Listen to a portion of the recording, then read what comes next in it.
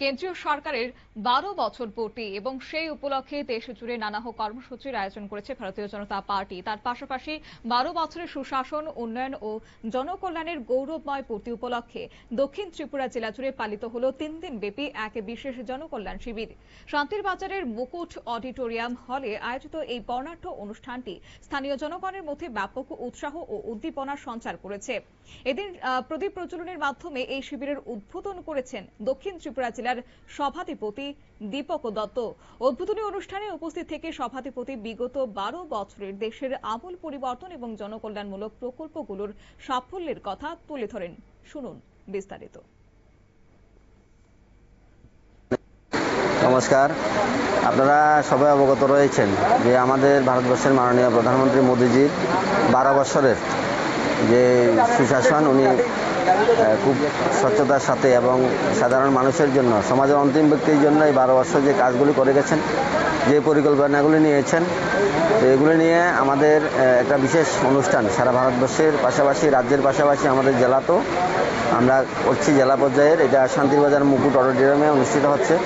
তো এখানে আমরা 12 বছরের বিভিন্ন যে উন্নয়নমূলক কাজগুলি, প্রকল্পগুলি, এগুলি সাধারণ মানুষের কাছে তুলে ধরছি। পাশাপাশি আপনারা দেখছেন এখানে বিভিন্ন ধরনের আমাদের জেলা প্রশাসনের পক্ষ থেকে বিভিন্ন সমস্ত ডিপার্টমেন্টকে নিয়ে সাধারণ মানুষের যাতে সুবিধা হয়, আপনি সেটা এসটি সার্টিফিকেট বলুন, রেশন কার্ড বলুন, আধার কার্ড বলুন, বিভিন্ন সরকারি যেই ডকুমেন্টসগুলি রয়েছে বা যে সুবিধাগুলি রয়েছে, এখানে সব ব্যবস্থা রয়েছে। এবং আজকের এই অনুষ্ঠানে প্রচুর পরিমাণে সাধারণ জনগণ, এলাকার জনগণ উপস্থিত হয়েছেন। তারা এই সুবিধাগুলি নিচ্ছেন।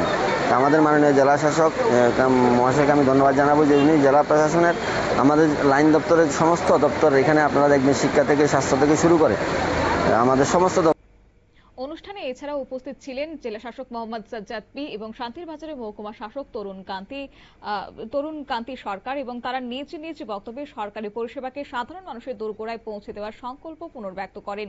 শিবির প্রাঙ্গণে বিভিন্ন সরকারি দপ্তরের পক্ষ থেকে একাধিক স্টল খোলা হয়েছে, যা সাধারণ মানুষের বিশেষত আকর্ষণের কেন্দ্রবিন্দুতে পরিণত হয়।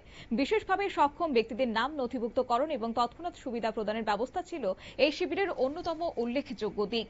পাশাপাশি কৃষি দপ্তর, মহকুমার ডিজাস্টার ম্যানেজমেন্ট দল, ফরেস্ট পুলিশ এবং মোটর ভেহিকলস বিভাগের পৃথক স্টল থেকে সরকারি প্রকল্পের খুঁটিনাটি এবং সুবিধা সম্পর্কে জনসাধারণকে সরাসরি সচেতন করা হয়। এদিনে সরকারি পরিষেবাকে হাতের মুঠোয় পেয়ে সাধারণ মানুষের মধ্যেও কিন্তু লক্ষ্য করা গেছে তৃপ্তির হাসি।